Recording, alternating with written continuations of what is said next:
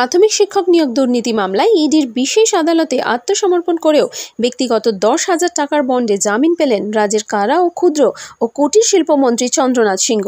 এ বিষয়ে রাজ্যের আইনমন্ত্রী মলয় ঘটকের ম্যানিপুলেশনে আদালত তাকে জামিন দিয়েছে বলে অভিযোগ তোলেন ব্যারাকপুরের প্রাক্তন সাংসদ অর্জুন সিং। দেখুন, পশ্চিমবাংলা লোয়ার কোর্ট জুডিশিয়ারি যেটা কন্ট্রোল করছে পশ্চিমবাংলা ল ডিপার্টমেন্ট, এখানে মলয় ঘটক ল যে সেক্রেটারি আছে তাকে দিয়ে পুরো ইনফ্লুয়েন্স করে, আর নিচে লেভেলে যারা ওই এসিজিএম লেভেলে যারা কোর্টের যারা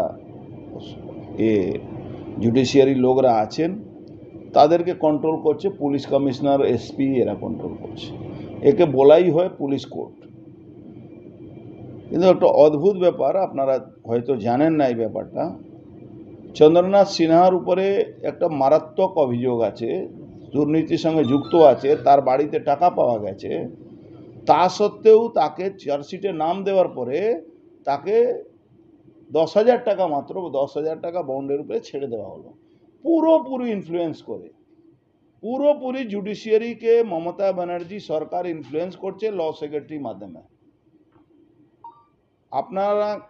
আপনাদেরকে আরও একটা কথা জানাই, এই যে জ্যোতিপ্রিয় মল্লিক যে অ্যারেস্ট হয়েছিল, তারপরে বাকিবুর যে অ্যারেস্ট হয়েছিল, এরা সবাই ইডি মামলায় পুরো 100% ম্যানিপুলেট করে এদেরকে বেল দেওয়া হয়েছে। এখন ইডিকে বা সিবিআইকে বা এনআইএ যে মামলাগুলো আছে, ইমিডিয়েট পশ্চিম বাংলা থেকে হস্তান্তর করতে হবে অন্য রাজ্যে।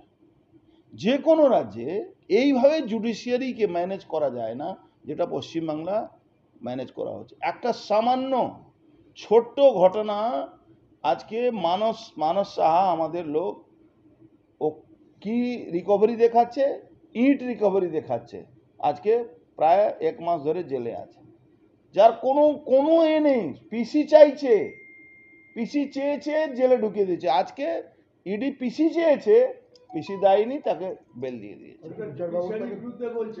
বলছি তো আমি, লোয়ার কোর্টে, লোয়ার লেভেলে পশ্চিমবাংলা যদি হাইকোর্ট না থাকতো, এখানে কোনো বিরোধী মানুষ বাঁচতে পারতেন না, যারা সরকারের বিরোধী। কিন্তু লোয়ার কোর্টগুলো যাকে পুলিশ কোর্ট বলা হয়, পুরোপুরি ল সেক্রেটারি, আপনার ল মিনিস্টার মমতা ব্যানার্জি ইনস্ট্রাকশনে চলছে। বিচার ব্যবস্থাটাকেও পশ্চিমবাংলা মমতা ব্যানার্জি নিয়ন্ত্রণ করছে নিচে লেভেলে। বারবার বলছি, লোয়ার কোর্ট লেভেলে বিচার ব্যবস্থাকে মমতা ব্যানার্জি কন্ট্রোল করে। আজকে আইনের শাসন বলে একটা ভরসা থাকে সবসময় মানুষের, কি গো টু কোর্ট, আসো তোমার কোর্টে বুঝে নেব। সেইখানে এই যে বালু মল্লিকের বা বাকিবুরে যে বেল হয়েছে, তার এগেনস্টে ইডি হাইকোর্টে গেছে। চন্দ্রনাথ সিনহা ব্যাপারেও আমার মনে হচ্ছে যাবেই, কেন এইভাবে একটা চার্জশিট হয়েছে, তারপরে তাকে পিসি চেয়েছে, আর তার বেল হয়ে গেল। জেনারেলি কি দেখা যায়, পিসি চাইলে কিন্তু তার বেল হয় না, পিসি খাটতেই হয়।